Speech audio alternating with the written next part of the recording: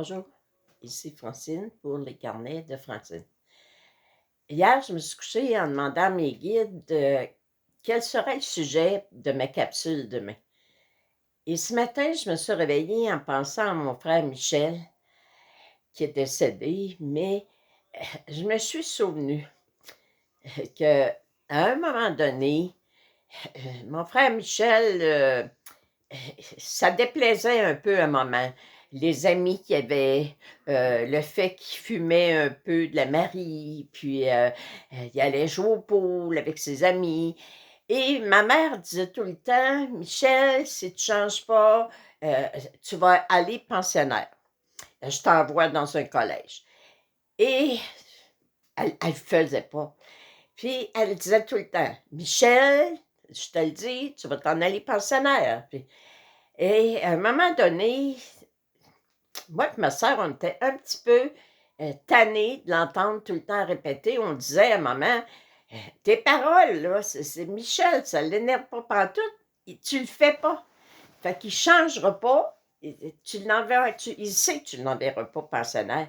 Arrête de le dire au moins», tu sais? Et à un moment donné, ben, à force de dire ça à maman, elle a décidé de l'envoyer pensionnaire.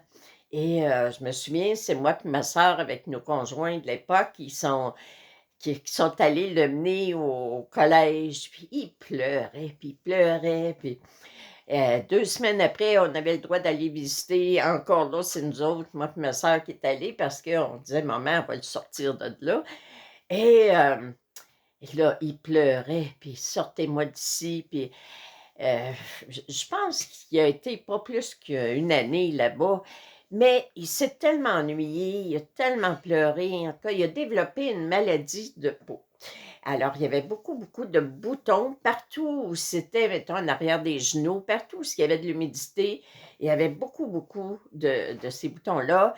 Il n'y avait pas nécessairement de médicaments ou de crème pour, c'était comme inconnu un peu qu'est-ce qu'il y avait et là, à fin de compte, ben, quand il est sorti, c'est sûr qu'il y avait des médicaments à prendre, il y avait de la crème, parce qu'il a fait partie d'un test, pharmaceutique, des gens de la pharmacie qui, développaient une crème pour cette maladie-là et avec lui, ça avait très bien fonctionné, mais là, encore là, ma mère était tout le temps après lui.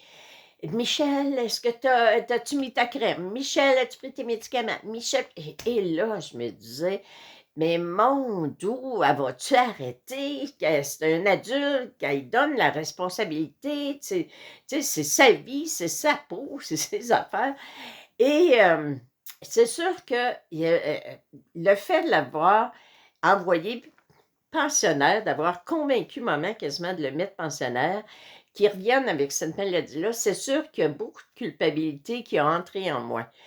Ensuite, de juger ma mère parce qu'elle est tout le temps en train de dire à mon frère quoi faire, il y a encore de la culpabilité. On n'est pas supposé juger nos parents. Mais par contre, ce matin, ce que ça l'a fait, c'est que ça m'a encore permis de faire un nettoyage. Parce que ça m'a permis encore de réaliser que, oh, cette culpabilité-là, elle habitait encore en moi. Puis qu'est-ce qui arrive quand on a une culpabilité en nous? Ben, on se refuse. On ferme la porte à l'abondance, on ferme la porte à l'amour, on ferme la porte à bien des choses parce qu'on pense qu'on mérite d'être puni. Je suis coupable, je suis pas gentil. Alors, ce matin, le Ho'oponopono que j'ai fait, ben, c'est: «Je suis désolée, mon Dieu, d'avoir encore autant de culpabilité concernant mon frère Michel. Mmh, alors chère mémoire, je vous aime et je vous remercie de l'opportunité que vous me donnez aujourd'hui de vous libérer et de me libérer.